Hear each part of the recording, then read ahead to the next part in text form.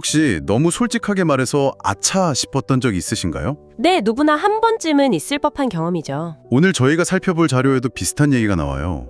안젤라 씨라고 거래처 회의에서 자기 의견을 좀 가감없이 던졌다가 분위기가 엄청 싸늘해졌다고 하더라고요. 그렇죠. 내용 자체는 뭐 타당게 쓸 수 있는데 표현 방식이 좀 그랬던 거죠. 네, 그래서 상대방 기분은 상하고 회의 결과도 결국 안 좋았다는 뭐 그런 얘기입니다. 결국 의도랑 다르게 말이 전달될 수 있다는 걸 보여주는 사례 같아요. 바로 그겁니다. 그래서 오늘은요, 이 안젤라 씨 이야기를 시작으로 해서 한국어 소통의 두 가지 면, 그러니까 오래된 지혜가 담긴 속담이랑요, 또 요즘 시대를 보여주는 신조어, 이 두 가지를 좀 깊게 파헤쳐보려고 합니다. 아, 흥미로운 주제네요. 네, 저희가 받은 자료들을 보니까 뭐 말의 중요성을 알려주는 속담들부터 시작해서 신조어 사용에 대한 좀 다양한 시각들까지 아주 폭넓게 다루고 있더라고요. 네, 맞아요. 자료가 상당히 알차던데요. 그래서 저희 목표는 이걸 통해서 한국어로 소통할 때 그 묘묘함이 있잖아요. 언제 좀 조심하고 언제 부드럽게 말해야 하는지, 또 새로운 말들은 어떻게 봐야 하는지, 이런 것에 대한 실마리를 좀 같이 찾아보는 겁니다. 좋습니다. 그럼 뭐부터 볼까요? 속담부터 시작할까요? 네, 그게 좋겠네요. 속담이요. 이게 그냥 옛날 말이 아니라 진짜 조상들의 경험, 지혜가 팍팍 녹아있는 거잖아요. 그렇죠. 특히 한국에는 유독 말에 대한 속담이 많아요.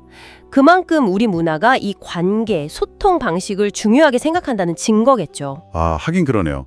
가는 말이 고와야 오는 말이 곱다. 이거 정말 많이 쓰잖아요. 네, 이게 단순히 뭐 예의를 지켜라 이런 차원을 넘어서는 거죠. 관계를 잘 만들려면 서로 존중하는 게 기본이다. 이걸 보여주는 거예요. 아까 그 안젤라 씨 경우도 만약 좀 더 부드럽게 시작했다면 반응이 달랐을 수도 있죠. 아, 그러네요. 먼저 좀 칭찬을 하거나 아니면 좀 더 조심스럽게 접근했더라면 네. 뭐 말 한마디로 천냥 빚갚는다는 말도 있잖아요. 맞아요. 그것도 있죠. 그만큼 말의 힘이 세다는 건데 근데 또 무서운 말도 많아요. 뭐 말이 씨가 된다라거나 발 없는 말이 천리 간다. 이것도 있죠. 네, 소문 진짜 빠르잖아요. 그렇죠. 그러니까 말의 무게, 또 그게 얼마나 빨리 퍼져나가는지 이런 걸 좀 생각하고 조심하라는 경고 같은 거죠. 한번 뱉으면 뭐 주워 담기 힘드니까요. 정말 그래요. 그리고 아 다르고 어 다르다는 말, 저는 이게 진짜 핵심 같아요. 아, 맞아요. 저도 그 속담 참 중요하다고 생각해요. 똑같은 내용인데도 어떤 단어를 쓰고 어떤 말투로 하느냐에 따라서 상대방이 느끼는 감정이나 해석이 완전히 달라질 수 있잖아요. 네네. 그래서 안젤라 씨도 그 직설적인 피드백을 뭐랄까 조금 더 쿠셔너를 쓴다든지 아니면 긍정적인 면을 먼저 딱 짚어주고 나서 이런 부분은 이렇게 하면 더 좋겠다 이런 식으로 제안했다면 어땠을까? 뭐 이런 생각도 들고요. 확실히 받아들이는 입장에서 훨씬 부드럽게 느껴졌겠네요. 네, 그러니까 이런 속담들이 그냥 교훈이 아니라 실제로 관계를 잘 맺기 위한 어떤 실용적인 지혜, 팁 같은 거라고 볼 수 있는 거죠. 와, 석담 얘기만 했는데도 벌써 시간이 꽤 흘렀네요. 자, 그럼 이제 좀 다른 쪽으로 넘어가 볼까요? 바로 신조어입니다. 요즘 정말 많이 쓰잖아요. 그렇죠. 언어의 또 다른 역동적인 면이죠. 근데 자료 보니까 좀 놀랐어요. 직장인 거의 뭐 열의 9 가까이가 88.2%라고 하더라고요. 이 신조어 때문에 세대 차이를 느끼거나 소통에 어려움을 겪은 적이 있다고요. 이게 그냥 세대 차이 이렇게만 볼 문제는 아닌 것 같은데요. 그렇죠. 신조어라는 게 사실 사회 변화나 뭐 새로운 기술, 문화 이런 걸 빨리빨리 담아내려고 생기는 거잖아요. 자연스러운 현상이긴 한데. 네, 뭐 장점도 있겠죠. 젊은 세대들은 그걸로 막 자기들끼리 통하고 재밌어하고. 맞아요. 유대감도 생기고 좀 복잡한 걸 재치 있게 딱 표현하기도 하고요. 소통의 재미 그런 것도 있죠. 근데 문제는 이제 자료에서도 지적하듯이 그 의미를 모르는 사람한테는 그게 그냥 벽이 되는 거예요. 소통이 딱 막히는 거죠. 아, 특히 일할 때는 더 그렇겠네요. 네, 맞아요. 업무 환경에서는 이게 의미가 좀 불분명하거나 너무 가벼워 보일 수 있으니까 오해를 만들 수도 있고 뭐랄까 좀 전문성이 없어 보인다는 그런 인식을 줄 수도 있다는 우려가 있었어요. 자료에 보면. 그렇군요. 이게 단순히 아, 저 단어 몰라 이 정도가 아니라 일의 효율성이나 관계에도 영향을 줄 수 있다는 거네요. 그렇죠. 그래서 그 자료에서도 뭐 보고서나 공식적인 회의 같은 데서는 되도록 표준어를 써라 이렇게 권고하는 거고요. 하긴 친구들끼리 막 쓰는 단어를 부장님 앞에서 쓸 수는 없으니까요. 네. 그러니까 신조어 자체를 막 나쁘게만 볼 필요는 없지만 역시 때와 장소 그리고 상대방 이걸 고려하는 게 중요한 거죠. 비공식적인 자리나 친구들끼리는 괜찮지만 좀 정확한 정보 전달이나 격식이 필요할 때는 조심해야 된다는 거.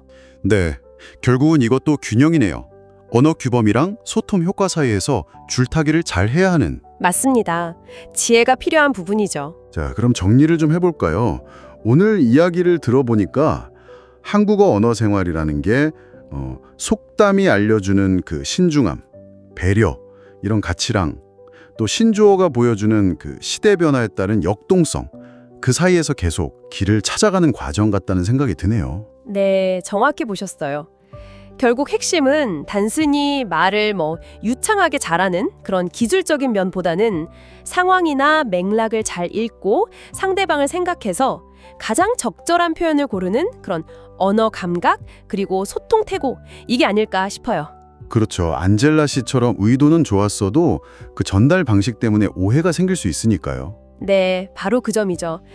오늘 저희가 속담에 담긴 오래된 지혜랑 신조어라는 새로운 물결, 이 두 가지를 통해서 한국어 소통의 여러 모습을 함께 살펴봤습니다. 시간을 넘어서는 말의 무게, 또 변화하는 시대를 비추는 언어의 거울, 이걸 동시에 본 느낌이에요. 네, 아주 의미 있는 시간이었던 것 같습니다. 마지막으로 이런 질문 한번 던져보고 싶어요. 네, 어떤 질문이요? 지금 우리가 되게 흔하게 쓰는 신조어들 있잖아요.